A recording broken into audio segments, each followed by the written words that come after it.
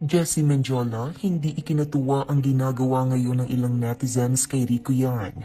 Dismayado at hindi ikinatuwa ng aktres na si Jessie Mendiola ang nagba-viral na video at ilang larawan ng mga netizens na kung saan makikita ang puntod ng yumaong aktor na si Rico Yan. Si Rico Yan ay dating matini idol na pumanaw sa Dos Palmas Resort sa Palawan noong March 29, 2002 dahil sa karamdaman. Siya ay 27 years old lamang.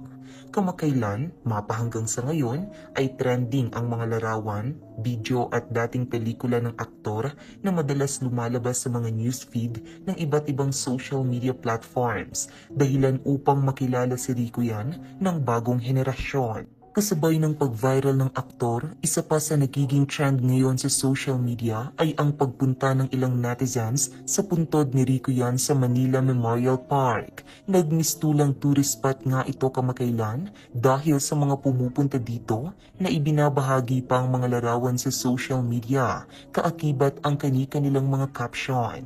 Tulad na lamang ng nag-viral na TikTok video mula sa isang kabataang netizen na kung saan bumiyahe pa mula Pampanga hanggang Manila para lamang mabisita ang puntod ng aktor. Samantala, sa Instagram post kagabi ni Jessie Mendiola, July 9, 2024, nirepost ni Jessie ang isang social media post tungkol sa pangyayaring hindi ka nais-nais. Sinabi ni Jessie na hindi umano kaaya-aya ang ginagawa ngayon ng mga netizens. Hindi raw ito nagpapakita ng respeto sa taong namayapa na, gayon din sa pamilya ng aktor. Buong caption ni Jessie, wala na bang magawang matino ang mga social media ads?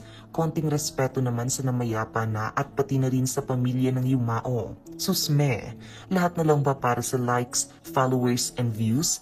Nakalimutan na yata ng mga tao ang salitang respeto. Wala ng decency. Maraming netizens nga ang sumang-ayon para sa naging pahayag ng aktres. Pati si Jessie nairita at di na rin natutuwa. Ano pa nga bang hangad nila kundi for the view? Gaya ng sabi ko dati, di pa uso ang kitaan sa reels. Wala namang gumagawa ng ganyan. Pwera na lang sa mga true friend at pamilya ni Rai. Ang pinagkaiba lang, totoo yung ginawa nila at di pinagkakakitaan. Di tulad ng pinaggagawa nitong mga OA na ito. Louder, I agree na nalimutan na nga ata ng mga tao ang salitang respeto to gain likes, followers, or whatever. I am a fan of Rico Yan and someday I want to visit his tomb. But hindi na para magpa-picture and i-post kasi ang purpose naman talaga ng pagpunta doon is pagdalaw lang sa iniidolo ko. Correct ka dyan, Jessie. Very true. Respect.